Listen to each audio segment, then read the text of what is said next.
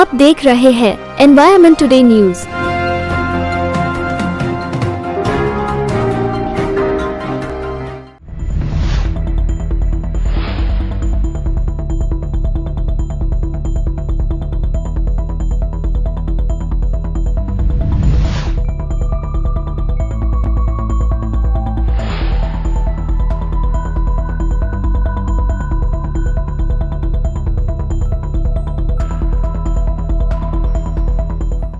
नमस्कार, मैं विमोक्ष environment today में आपका स्वागत करता हूं। जैसा कि अभी हमने देखा कि सुप्रीम कोर्ट की तरफ से 1 अगस्त 2024 को एक जजमेंट आया है SC ST रिजर्वेशन के ऊपर में। उन्होंने SC ST का जो रिजर्वेशन है वो क्रीमी लेयर में और शामिल करने की बात उन्होंने कही है। साथ ही उन्होंने ये भी कहा है कि राज्य सरकार ने इसके ऊपर काम करना चाहिए और राज्य सरकार ने इसके ऊपर कुछ अधिनियम बनाने चाहिए जिससे कि SC और ST के जो लोग हैं, जो पिछड़े हैं, जो जिनको अभी तक कोई फैसिलिटी नहीं मिली है, ऐसे लोगों को हम ढूंढ कर निकाल सके या फिर उनको अलग से हम आरक्षण दे सके। यानी अभी बात ऐसी की जा रही है कि एक रिजर्वेशन में से भी एक और कोटे में से एक और कोटा जो है वो निकाला जाए और जाति जाति में आपको अलग अलग बांटा जाए। इस प्रकार का ये कानून है जिसका विरोध अब पूरे भारत में किया जा रहा है। और तो इसी चर्चा सत्र में जुड़ने के लिए हमारे साथ आज यहाँ पर मौजूद है एडवोकेट विलास राउत जी,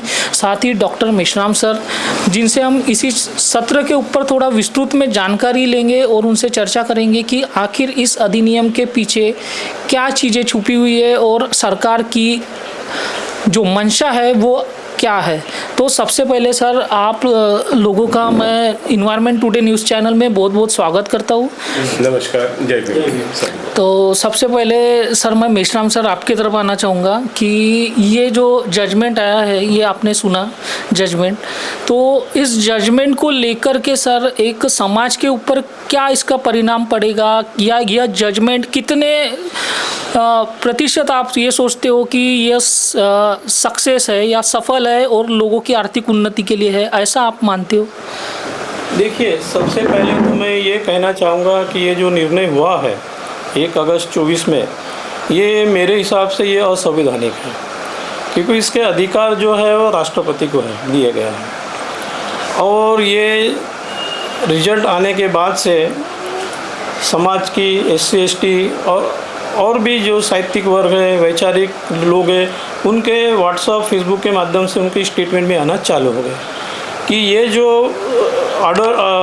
आदेश दिया गया है सुप्रीम कोर्ट ने, ये इसका बड़े तादाद में हम उसका विरोध करते हैं। ये समाज में जाति भेद में ये तेढ़ निर्माण करने वाला काम है। क्रिमिनल लगा के मान के चलो, कोई कर्मचारी है, एम्प्लॉय से रिटायर्ड है, उनके बच्चों को यदि ये क्रिमिनल लागू किया जाता है तो उनका भविष्य अंधकार में है, उनको आगे की फैसिलिटीज़ नहीं मिल पाएंगी। उनको रिजर्वेशन के माध्यम से जो आगे बढ़ना, अभी भी बहुत ऐसा तबका लोग हैं जो आगे बढ़ाने, उनको रोकने का ये मेरे हिसाब से तो एक षड्यंत्र है भैया। ये इसके हम तीव्र विरोध करते हैं। कल ही हमारी मैं republican party of India Ramdas ji Athawale साहब का विदर्भ सचिव पद पर कार्यरत हूँ। कल ही हमारे रवि भवन में एक विदर्भ और नागपुर शहर कमेटी की मीटिंग हुई। हमने मीटिंग में ऐसा निर्णय लिया कि इसका हम कल यानी 6 तारीख को नागपुर जिलाधिकारी कार्यालय कलेक्टर साहब को हम निवेदन देने वाले हैं और डिमांड करेंगे कि ये इसके विरोध में है और ये जल्द से जल्द इसको खारिज किया जाए, रद्द किया जाए। और 21 अगस्त को जन समुदाय, जनता के तरफ से दलित समाज, SC ST कैटेगरी और भी अन्य जो जागरूक वर्ग है, वो सब मिलकर 21 अगस्त को भी भारत बंद का भी ऐलान किया गया है। वो भी न्यूज़ व्हाट्सएप फेसबुक पे बड़े स्पीड से वायरल हो रही है। तो इसका मतलब ये है कि पूरे देश में ये निर्णय का विरोध हो रहा है, देश में इसका पूरा विरोध जताया जा रहा है और विरोध भी बड़े तीव्र रूप से हो जा रहा है कि ये समाज में जाति जो है, एक SC ST की जो रिजर्वेशन है, उसमें भी रिजर्वेशन जातियों में जो बांटने का जो काम किया गया है, ये निंदनीय है और इसका हम कड़े इससे विरोध करते हैं। तो सर, अभी मैं आपसे एक सवाल पूछना चाहूँगा सर कि ये जो SC ST रिजर्वेशन एक कानूनी तौर पर अगर हम देखा जाए तो ये कहाँ तक के उचित है जो कि माननीय सुप्रीम कोर्ट के द्वारा दिया गया? देखिए मित्रों, ये जो जजमेंट आया है 1 अगस्त को, ये जजमेंट जो है बहुत ही दुर्भाग्यपूर्ण जजमेंट है, ऐसे मुझे महसूस हो रहा है। क्योंकि आप लोग देख सकते हैं कि ये जो कॉन्स्टिट्यूशनल बेंच के अंदर में जो 7 सम्मानीय जजेस थे, उसमें से श्रीमती बेला त्रिवेदी जो जज थी, उन्होंने जो अपनी फाइंडिंग दी है कि आर्टिकल 341 ये जो इस्टेब्लिश हुआ है, तो इसके अंदर हम लोग को कोई भी अधिकार नहीं है उससे हस्तक्षेप करने का। लेकिन आर्टिकल 341 को जिस तरह से ये कॉन्स्टिट्यूशनल बेंच ने तोड़ा है, वो मेरे हिसाब से, according to my own opinion, it is the murder of article 341, ऐसा मुझे लगता है। क्योंकि मित्रों, मैं बताना चाहूँगा आपको कि जिस तरह से डॉक्टर बाबा साहब अम्बेडकर जी ने 1950 में ये जो संविधान है हमारे भारत देश को दिया, तो ये संविधान बनाने के लिए सबको पता है 2 साल 11 महीने 18 दिन लगे। और इतने बड़े दिनों के बाद में, इतने प्रयास के बाद में इस कॉन्स्टिट्यूशन को भारत को सौंपा गया। और हर आर्टिकल के ऊपर में इतनी सारी डिटेल चर्चाएं हुई, संविधान सभाएं हुई, डिबेट्स हुए। ये सारे के सारे डिबेट्स, ये सारी चर्चाएं आज भी अवेलेबल है यहाँ भारत के अंदर में। ये सारे चीज़ें ये दर्शाती है कि हर आर्टिकल के ऊपर में डिटेल चर्चा, डिटेल डिबेट्स करने के बाद में, सबके ओपिनियंस के बाद में इन आर्टिकल्स को इंडियन कॉन्स्टिट्यूशन के अंदर में उसका अंतर्भाव किया गया है। अब आप बताइए, जिस आर्टिकल 341 के अंदर में, इंडियन कॉन्स्टिट्यूशन के अंदर में 59 एससी की जातिया का इन्वॉल्वमेंट किया गया, तो बहुत सोच समझ के किया गया होगा। अब basic structure should not be change, ये तो रूल है। अगर आप अगर देखते हैं कि जो सबसे बड़ी जो संविधान संशोधन जब हुआ मेरे ख्याल से 1976 के अंदर में, तो उसके अंदर में एक जो जब एक आयोग ऐसा डिसाइड किया गया था कि ये जो जजेस जो है, जजेस की नियुक्ति के बारे में भी उसके अंदर में डिसाइड किया गया था। लेकिन वो जो प्रावधान है वो विशेष संसद में नहीं लाया गया है, क्योंकि सुप्रीम कोर्ट हो, हाई कोर्ट हो या अलग अलग कोर्ट्स हो, ये जितने भी कोर्ट के जजमेंट्स है, ये सारे के सारे गाइडलाइन रहते। तो मेरे ख्याल से ये जो सुप्रीम कोर्ट ने अभी जजमेंट दिया है, ये एक गाइडलाइन है। पर सुप्रीम कोर्ट ने जो जजमेंट दिया है, इस जजमेंट से आर्टिकल 349 के ऊपर आघात हुआ है। मैं ऐसा इसलिए बोल रहा हूँ क्योंकि इसके अंदर में, जैसा भी मैंने पहले बताया आपको, कि ये जो आर्टिकल 341 है, इसको तोड़ा मरोड़ा नहीं जा सकता।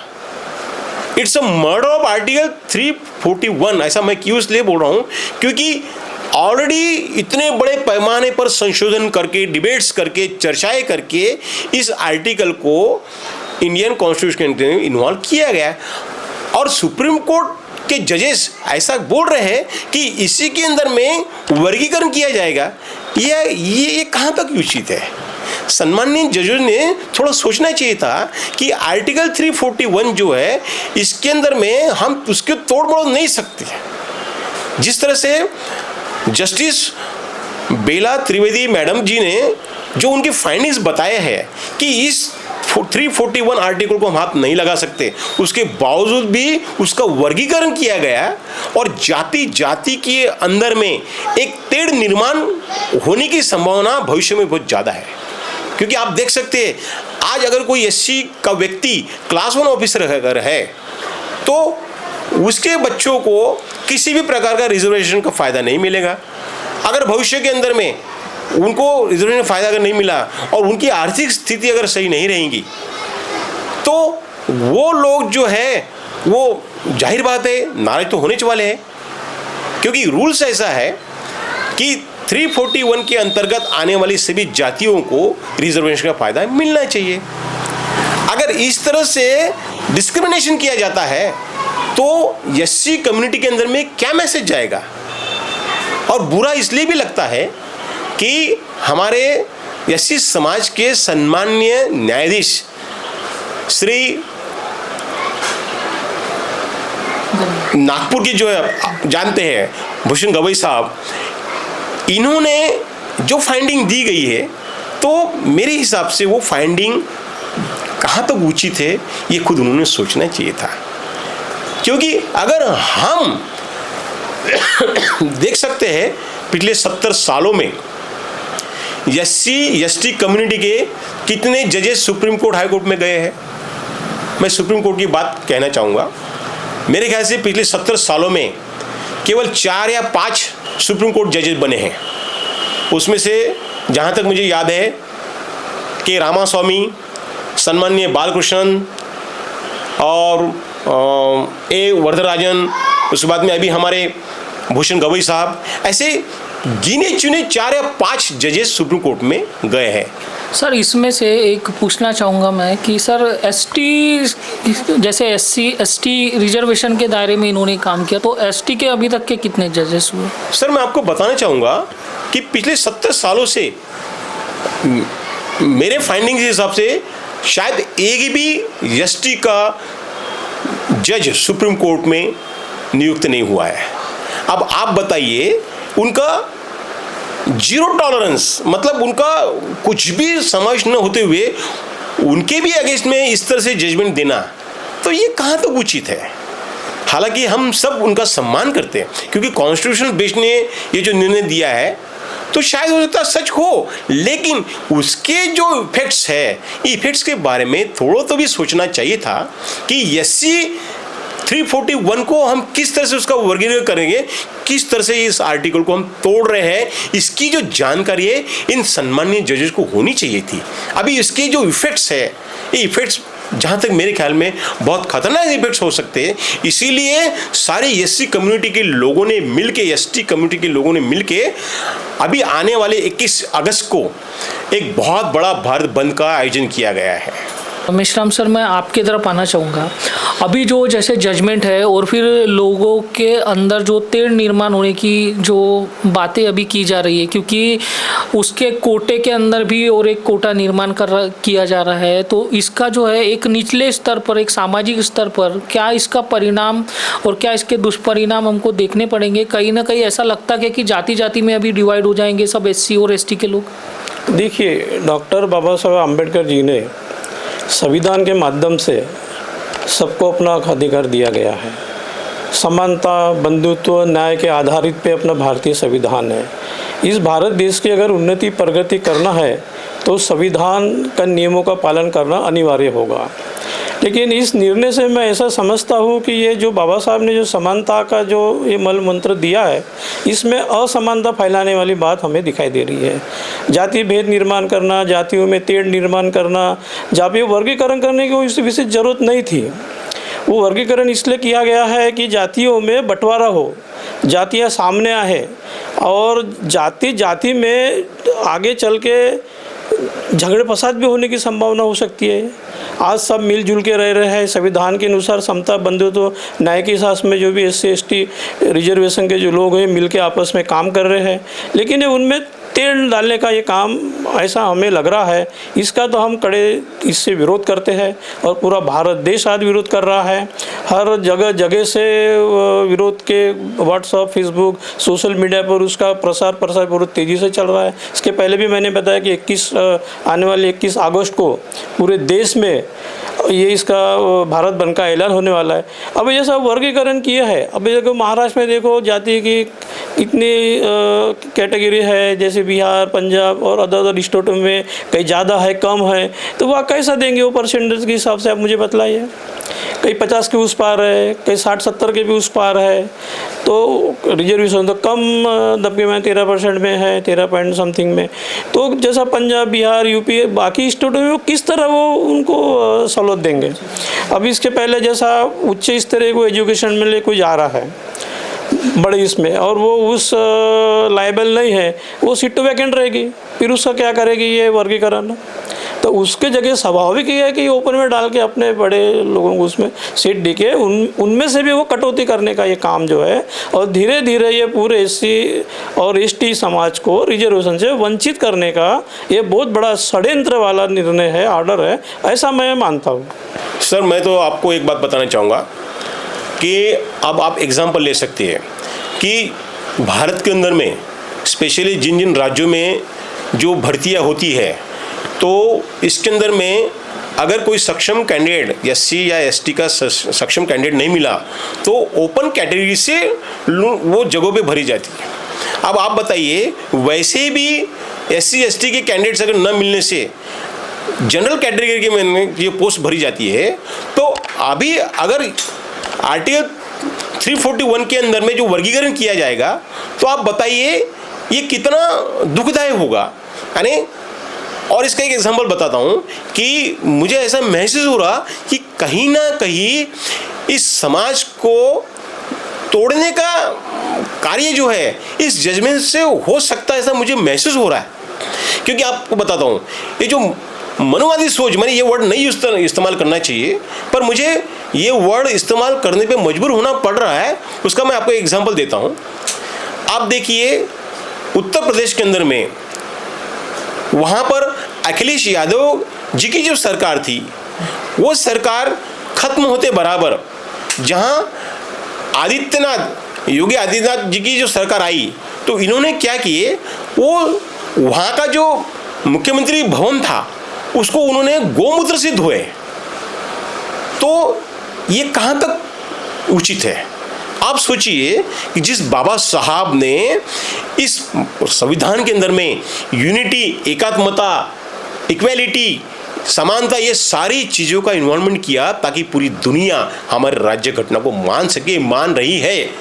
पर इसी इंडिया के अंदर में कुछ मनुवादियों की सोच इस तरह से है कि कोई अगर SC कम्युनिटी का व्यक्ति, ST कम्युनिटी का व्यक्ति किसी बड़े पद पे अगर है और उसको छोड़ने के बाद में उसके जगह कोई अगर ओपन कैटेगरी अगर व्यक्ति जाता है, तो वो व्यक्ति इस तरह से, जैसा कि योगी आदित्यनाथ जी ने किया है, गोमूत्र से वो भवन को धोया गया। ये कहाँ तक उचित है? यानी आपकी मेंटालिटी क्या कहती है, सोचिए। मेरा कहने का मतलब ये है कि इतनी सुंदर, इतनी भव्य, इतनी विशाल राज्य घटना हमारे भारत को दी गई है। पूरे वर्ल्ड के लोग हमारे राज्य घटना का सम्मान करते हैं, मानते हैं। उनके कई उसमें से इस राज्य घटना के गुण उन कई राज्यों ने लिए हैं। बावजूद इसके इस हमारे देश के अंदर में इस राज्य घटना का इस तरह से अपमान है, ये कहाँ तक उचित है? तो ये जो एग्जाम्पल मैं आपको दिया हूँ, इस एग्जाम्पल से मुझे ऐसा प्रतीत होता है कि बाबा साहब ने जो राज्य घटना बनाई, इसके अंदर में अनुसूचित जाति, जनजाति, इन लोगों के लिए, जैसा कि article 15, article 16, article 20, article 21, article 19, article 25, ये जितने भी आर्टिकल्स है, ये सारे के सारे आर्टिकल 341, आर्टिकल 342, आर्टिकल 340, ये सारे के सारे आर्टिकल्स OBC, SC, ST इन लोगों के लिए जो बनाए गए हैं, ये लोग हजारों सालों से इस समाज से टूट चुके थे। वो समाज के मुख्य धारा में नहीं थे। हजारों सालों से, जैसे कि मैं कहना चाहूँगा कि यहाँ सती प्रथा थी, यहाँ पर यहाँ बाल विवाह था, यहाँ पर, और यहाँ इतनी सारी कुरीतियाँ थी यहाँ पर। इन सब कुरीतियों को नष्ट करने के लिए बाबा साहब ने राज्य घटना के माध्यम से इन सारे दबे कुचले लोगों को ऊपर लाने के लिए, इनको इस समाज के मुख्य धारा में लाने के लिए राज्य घटना के अंदर में ये सारे के सारे जो अनुच्छेद है, इसका इन्वॉल्वमेंट किया। लेकिन क्या सही में इसका पालन होता है? क्या ये सारे के सारे अनुच्छेद, ये सारे के सारे केवल नाम मात्र है? आप देख नहीं सकते, ये सारे के सारे नाम मात्र है। कुछ ही ऐसे अनुच्छेद है जिसका पालन किया जाता है। लेकिन आज भी भारत के कई राज्यों के अंदर में हम देख रहे हैं खुली आंखों से इन सब जाति के ऊपर में कितना अन्याय अत्याचार बढ़ चुका है। अगर ये सारे आर्टिकल्स होने के बावजूद अगर ऐसा हो रहा है, तो आप सोचिए इसके पहले इंडियन ये जो लोग हैं, इनके ऊपर कितना अन्याय अत्याचार हुआ था।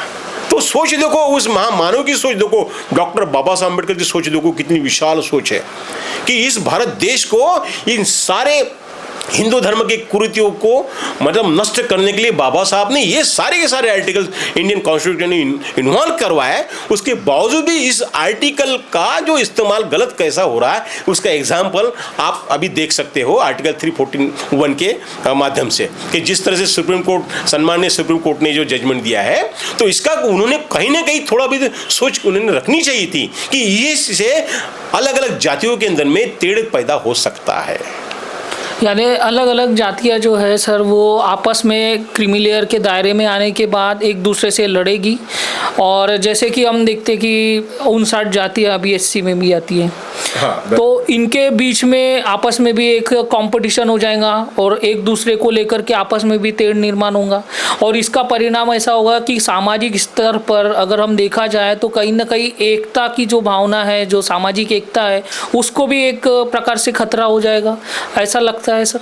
हाँ, आपने बिल्कुल सही फरमाया हो।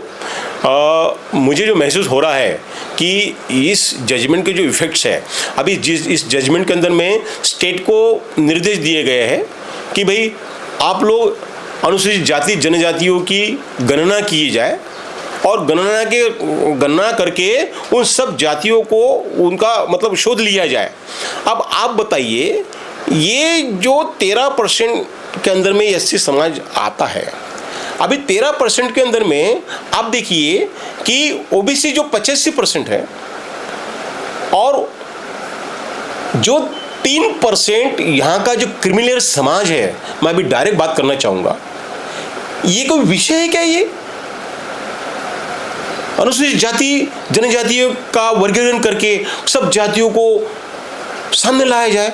मतलब सुप्रीम कोर्ट खुद होके बोल रहा है कि इन जातियों को सबके सामने एक्सपोज किया जाए।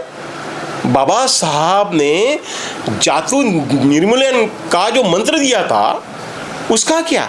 बाबा साहब चाहते हैं कि ये पूरा का पूरा भारत देश एक संग बना रहे, और सुप्रीम कोर्ट के सम्माननीय जजेस चाहते हैं कि सारी जातियां सामने आए। आप बताइए, पहले इतनी ढेर सारी जातियां हैं हमारे भारत देश के अंदर में, बावजूद हमारा भारत देश इस संविधान के ग्रंथ के माध्यम से एकजुट है। अब सुप्रीम कोर्ट खुद चाहती है कि ये जातियां सामने आए, यानी इसी तरह से OBC के अंदर भी जितनी जातियां हैं, ओपन के अंदर जितनी जातियां हैं, ये सारे सामने आए। आप बताइए इसकी जरूरत ही क्या थी? अब मैं कहना चाहूंगा कि सिर्फ केवल 3% लोग इस पूरे भारत देश पर राज कर रहे हैं। अगर मैं ऐसा कहूँगा तो आपको बुरा लगेगा, क्योंकि आप देख सकते हैं सुप्रीम कोर्ट से लेके सारे हाई कोर्ट से लेके जितने भी बड़े बड़े पदों पर केवल 3% लोग के अनुयायी बैठे हुए हैं। मुझे माफ़ करिएगा, क्योंकि मैं जो बोलना चाहता हूँ मैं सत्य बोलना चाह रहा हूँ, क्योंकि कॉलेजियम सिस्टम जो है वो पूरे वर्ल्ड में से केवल हमारे इंडिया में है। क्या आपको पता है कॉलेजियम सिस्टम क्या है? सिंपल सा गणित है। कॉलेजियम सिस्टम के अंदर में जो सुप्रीम जजेस रहते हैं वो अपना उत्तराधिकारी खुद नियुक्त करते हैं। क्या उनके लिए कोई एग्जाम नहीं हो सकती? आप बताइए, आर्टिकल 312 जिसके अंतर्गत सुप्रीम कोर्ट के जजेस है, हाई कोर्ट के जजेस है, ये जजेस के लिए एक इनके नियुक्ति के लिए आयोग बनाया जाए, इस तरह से एक पास किया था एजेंडा, पर उसको सदन में नहीं रखा गया। तो सर अभी जो जैसे जजेस की नियुक्ति होती है सुप्रीम कोर्ट में, बोलो माननीय जो न्यायाधीश बनते हैं, मुख्य न्यायाधीश बनते हैं, ठीक है, तो ये सर किस आधार पर बनते हैं? यानी आपका सीधा सीधा मुद्दा है कि ये जो है ये किसी भी प्रकार की कोई एग्ज़ाम देकर ये नहीं बनते, डायरेक्ट नियुक्ति इनकी हो जाती है? तो मैं तो ऐसा कहना चाहूँगा कि जिस तरह से सुप्रीम कोर्ट के जजेस ने आर्टिकल 341 के अंदर में जाति का वर्गीकरण करने के लिए सलाह दी है, तो क्या ये नहीं हो सकता है कि क्यों सिर्फ 3% ही लोग पूरे सुप्रीम कोर्ट से लेके तो सारे हाई कोर्ट से लेके तो बड़े बड़े पदों पे बैठे हैं? तो क्या इसका विश्लेषण नहीं होना चाहिए कि बाकी जो 85% OBC समाज है, क्या इसके अंदर में कोई भी मेरिटधारी व्यक्ति जज बनने के लायक नहीं है? आप बताइए कि ये कहाँ का न्याय है? एक न्यायाधीश दूसरे न्यायाधीश नियुक्ति करता, कोई एग्जाम नहीं, जबकि यहाँ पर राष्ट्रपति से लेके तो चीफ मिनिस्टर से लेके तो मुख्यमंत्री से लेके जितने भी बड़े बड़े पद है, इसके लिए एक विशेष क्राइटेरिया दिया गया है। अब मैं आपको बताना चाहूँगा, यूपीएससी, आईपीएस, आईएएस ऑफिसर्स, बड़े बड़े ऑफिसर्स के लिए एग्जाम्स होती है। तो ये एग्जाम्स जजेस के लिए क्यों नहीं? माना कि इंडिपेंडेंट जुडिशरी है, मानते हैं इस बात को, लेकिन क्या विद्वान मेरिटधारी व्यक्ति ओबीसी समाज में नहीं हो सकते? अभी 70 सालों से क्या कोई भी व्यक्ति इस लायक नहीं है, उसके अंदर मेरिट नहीं है जो सुप्रीम कोर्ट के जज बन सके? तो मेरा ऐसा कहना है, इस पर भी विचार विमर्श होना चाहिए कि क्यों किसी एक ही समाज का, किसी एक ही जाति का व्यक्ति सुप्रीम पद पे, सुप्रीम कोर्ट पे अंदर जज बने बैठे रहते हैं। क्या इसके ऊपर चर्चा नहीं होनी चाहिए?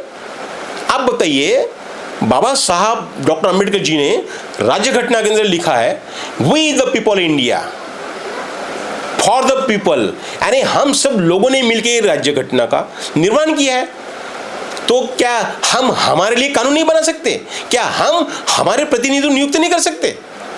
अगर हम लोग चीफ मिनिस्टर बना सकते हैं, राष्ट्रपति बना सकते हैं, तो ऐसा कोई ना कोई प्रावधान होना चाहिए, या कोई ना कोई ऐसे एग्जाम होना चाहिए, कोई ना कोई ऐसा आयोग गठित होना चाहिए जिसके तहत सुप्रीम कोर्ट के अंदर में जजेस की नियुक्ति, हाई कोर्ट के अंदर जजेस की नियुक्ति सभी समाज के प्रतिनिधित्व के माध्यम से होनी चाहिए, ताकि मेरिट जो है, मेरिट, वो मेरिट सामने आ सके। अब आप बताइए, हजारों सालों से कोयले के खदान में दबा पड़ा हीरा, जब तक हम उसको पहलू नहीं गिराएंगे, तब तक उसकी चमक सारी दुनिया को पता चलेगी क्या? नहीं पता चलेगी। मेरा ऐसा मानना है कि ओबीसी समाज के अंदर में, एससी एसटी कम्युनिटी के अंदर में ऐसे कई विद्वान मेरिटधारी व्यक्ति है जो अगर सामने आएंगे तो उनकी चमक पूरी दुनिया देखेंगी, उनकी चमक, लेकिन उन्हें सही मायने में मौका नहीं दिया जाता। तो मौका न मिलने की वजह से वो सामने आ नहीं पाते।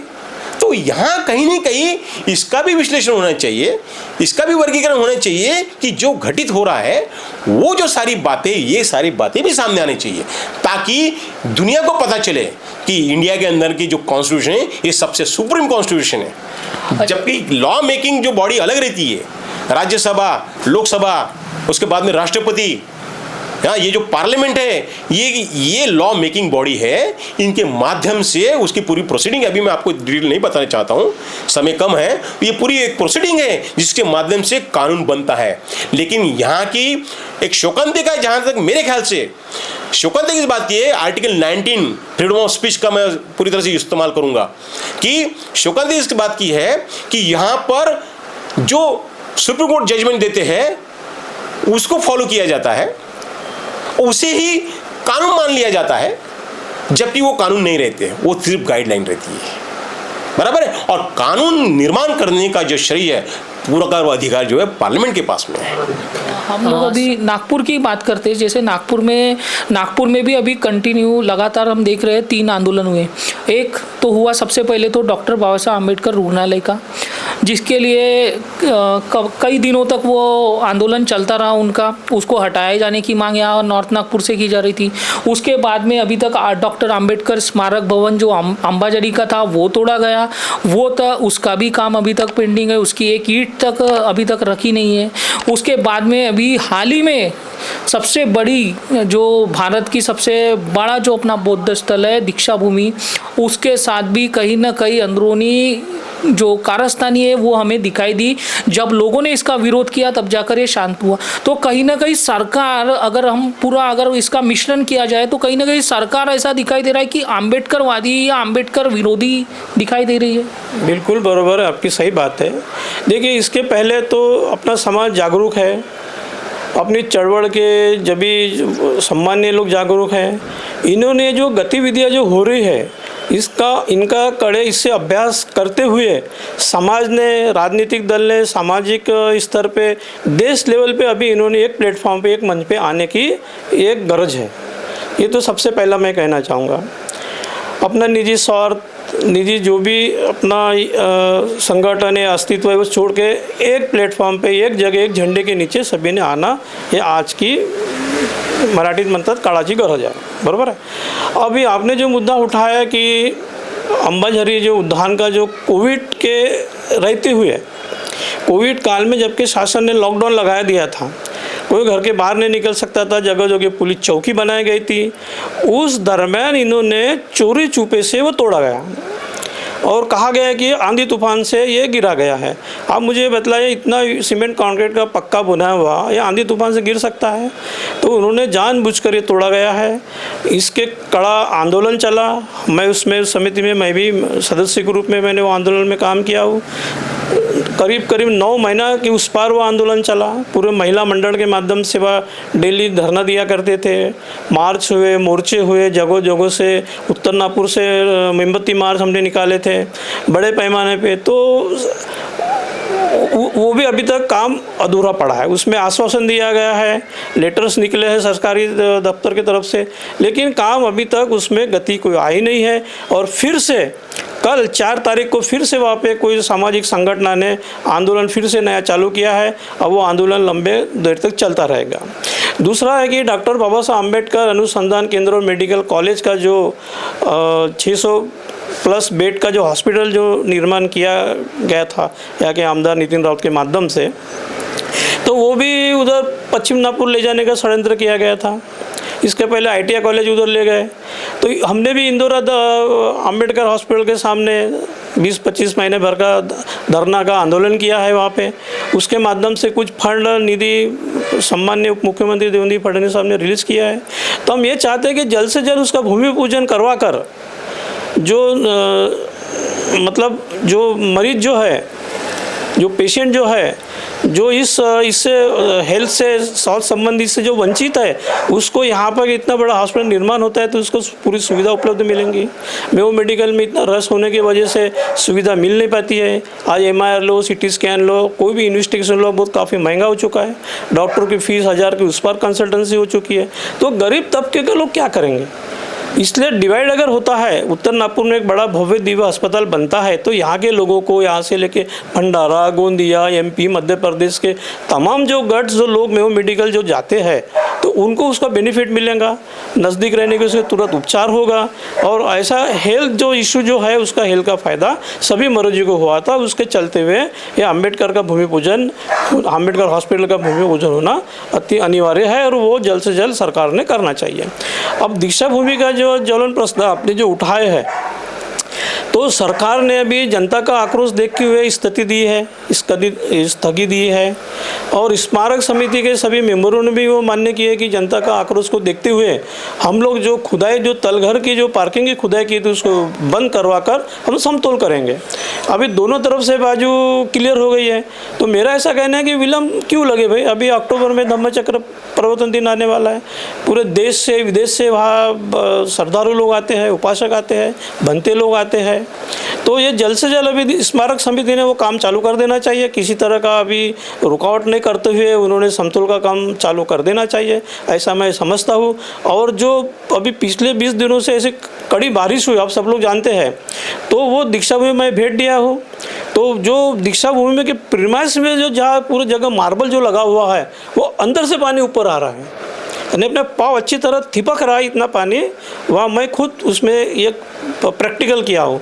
तो उससे ये एनालिसिस लगाया जा सकता है कि ये लंबे समय तक अगर उसमें पानी जमा रह जाता है तो ज़मीन के अंदर से खोखला कर वो कहीं ये ना हो जाए। क्योंकि अभी आपने देखे कहीं तो भी पहाड़ है, ये सब बारिश की वजह से कोसड़ रहे हैं, गिर रहे हैं। तो जल्द से जल्द जितने जल्दी वो तलघर का गड्ढा बुझा के वहाँ पानी बाहर निकालते हैं तो वो जो पानी जो ऊपर आ रहा है वो बंद हो जाएगा और हमारा जो पूरे विश्व में जो आज बाबा साहेब अम्बेडकर ने जो धम्म की दीक्षा दिए थे नागपुर नगरी में, वो कायम रहेगा, ऐसा मैं समझता हूँ। और ये कहीं ना कहीं जो आपने अच्छा सवाल किए कि जो गतिविधियाँ जो एक के बाद एक हो रही है, आज पहले तो अम्बेडकर हॉस्पिटल का है, फिर अंबाझरी भवन का है, अभी दीक्षा भूमि का है और अभी 1 अगस्त को ये निर्णय हुआ है। तो ये गतिविधियाँ तो कहीं ना कहीं भाई ये बड़े लेवल पे षड्यंत्र की खुशबू आ रही है। तो हम लोगों ने सावधान होना चाहिए, हमारे नेताओं ने सावधान होना चाहिए, हमारे सामाजिक संगठन ने सावधान होना चाहिए, हमारे बंधु भाव ने जो जय भीम के जो नारा लगाते हैं हम जय भीम वाले हैं, भीम की औलाद है, तो उन्होंने भी इस सब गतिविधियों का अभ्यास करते हुए एक जगह एक प्लेटफॉर्म पर अपने निजी स्वार्थ छोड़कर आना चाहिए। इतना मैं सभी से अपील करता हूँ। जय भीम। सर, अभी आगे का जो है स्टेप, ये जजमेंट आने के बाद आगे का स्टेप क्या होना चाहिए सर? इस प्रकार से अगर कानून अगर पारित हो रहा है सुप्रीम कोर्ट के हिसाब से, मेरे ख्याल से तो जितने भी राज्य है, ये राज्यों ने किसी भी प्रकार की जो जनगणना है SC ST के अंदर में नहीं करना चाहिए। उसका कारण मैं बताना चाहूँगा। अगर वो राज्य सर इनकी जनगणना करती है तो फिर OBC भी जनगणना करवाओ, बराबर, ओपन की भी जनगणना करवाओ। उसके अंदर में भी देखो कितनी सब कास्ट है, तो SC ST के लिए क्यों लागू? मेरा कहना कहने का मतलब ये है कि क्यों SC के लिए ST के लिए क्यों लागू? क्या अदर कैटेगरी के लिए वर्गीकरण नहीं होना चाहिए? फिर आप सोचिए, अगर अदर कैटेगरी वर्गीकरण अगर होता है तो इस इंडिया के अंदर में तूफान मच जाएगा। अभी सर जैसा आपने बोला कि अभी जनगणना होनी चाहिए, सभी की जनगणना होनी चाहिए, जो भी स्टेट में रह रहे सभी कैटेगरी की जनगणना होनी चाहिए, ठीक है। इसी प्रकार से सर बिहार में जो है जनगणना हुई थी, और बिहार में जो जनगणना हुई उसको हाई कोर्ट ने स्टे कर दिया सर। हाई कोर्ट ने ही निर्णय दिया कि इस प्रकार की जनगणना नहीं होनी चाहिए। तो इसका क्या लॉजिक है कि एक तरफ अगर आप बोलते हो कि SC और ST की जनगणना होनी चाहिए, इनमें सब कास्ट कौन थे, कितने कास्टों को मौका मिला, ये आप बोलते हो, और दूसरी तरफ अगर बात अपन बिहार की करेंगे तो बिहार में अगर जातीय जनगणना हुई है तो उसके आधार पर उन्होंने हाईकोर्ट ने निर्णय दिया कि भैया ये नहीं होनी चाहिए, उस पर स्टे लगा दिया। तो ये दोहरा चरित्र जो है सर, ये सरकार का कहीं ना कहीं दिखाई दे रहा है, ऐसा लग रहा है। बिल्कुल सही बोले आपने। आपको मैं बताना चाहूँगा,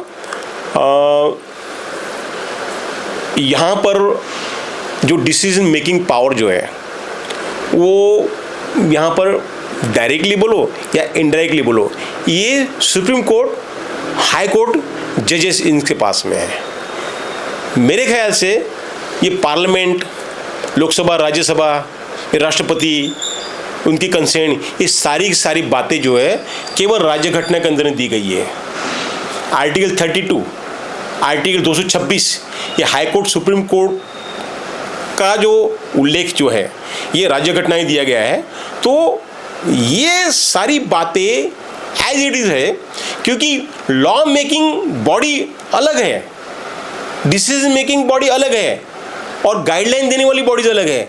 यहाँ पर क्या हो रहा है कि जैसा कि किसी सुप्रीम कोर्ट ने या हायर कोर्ट ने जो ऑर्डर दिया, जो जजमेंट दिया, उसी का अनुकरण किया जाता। लेकिन संविधान के अंदर में क्या प्रावधान है, उस प्रावधान के तरफ नजरअंदाज किया जाता है। ये बहुत बड़ी शोकांतिका है मेरे ख्याल से। इसलिए ये जो दोहरा चरित्र है, ये दोहरा चरित्र कहीं ना कहीं इसके ऊपर भी अंकुश लगना चाहिए, इसका भी विश्लेषण होना चाहिए, ऐसा मुझे महसूस हो रहा है। अभी जिस तरीके से हमारा जो चर्चा सत्र चला, अभी आपने देखा कि हमारे जो डॉक्टर साहब थे, मनोज मेश्राम जी, साथ में हमारे एडवोकेट विलास राउत जी, इन्होंने जिस प्रकार से अपने विचार रखे वो बिल्कुल सटीक और बेहतरीन तरीके से रखे, और साथ ही साथ उन्होंने एक मैसेज भी दिए कि 21 तारीख को इसका पुरजोर विरोध पूरे भारत में होगा। में SC ST के लोगों को अब अवेयर होने की ज़रूरत है। अगर कोई कानून या फिर कोई आधिकारिक तौर पर अगर कोई चीज़ें सुप्रीम कोर्ट, माननीय सुप्रीम कोर्ट के द्वारा लागू की जाती है, तो उन्हें भी इस बात का ध्यान रहना चाहिए कि जो चीज़ें हैं ये नागरिकों के कल्याण के लिए होनी चाहिए, ना कि उनका उस प्रकार का फंडामेंटल राइट्स के ऊपर कोई आघात होना चाहिए। अब ये चीज़ इस प्रकार से हो गई है कि आप किसी के लिए कानून बना रहे हो, लेकिन उस कानून का ही विरोध वही लोग, जिन लोगों के लिए आप कानून बना रहे हो, वही लोग उसका विरोध कर रहे हैं। तो इसका भी गंभीर रूप से जो है माननीय सुप्रीम कोर्ट ने ये बातें ध्यान में रखनी चाहिए। और साथ ही साथ जो 21 तारीख को अभी पूरा इन्होंने जैसे कि कहा कि 21 तारीख को भारत बंद जो है उसका आह्वान किया जा चुका है, और रिजर्वेशन के अगेंस्ट में जो निर्णय लिया गया है सुप्रीम कोर्ट का, वह भी असंवैधानिक कहीं ना कहीं दिखाई दे रहा है। तो हमसे जुड़े रहे हमारे कैमरामैन निखिलेश के साथ। Environment today news, Nagpur.